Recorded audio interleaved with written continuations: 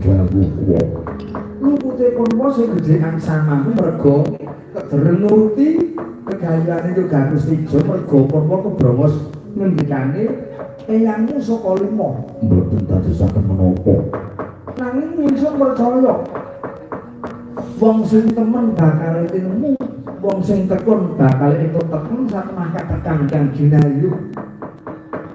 Sing oyak-oyak kanugrahan Koko Prabu Baladewa, anak Gusti Jo ora entuk gawe ning bareng Gatotkaca.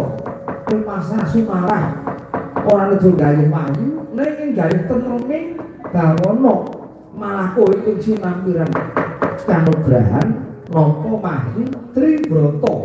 Awit berkat Gusti Paduka wajib. Iya.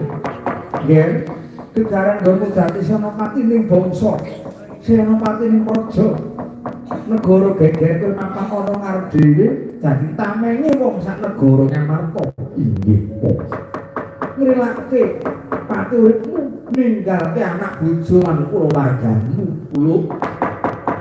Kang mangkono tetep kok pangesipun nggone dadi Satya Tama. Senopati ning bangsa tanten semayu hayu ning bawana. Purnane ganti purnane lakon yo Nder, nggon mantuk kanugrahan iki muga-muga papan kene sakiwa tengene. Mangke rahayu, rahayu, rahayu ing tansah pinanggih. Tata titi pantentrep. Swasana padhang jimblang. Ping ganjel dadi jangkep. Durga mendak kala sirna, durga mendak kala sirna, hayu hayu rahayu Niskala.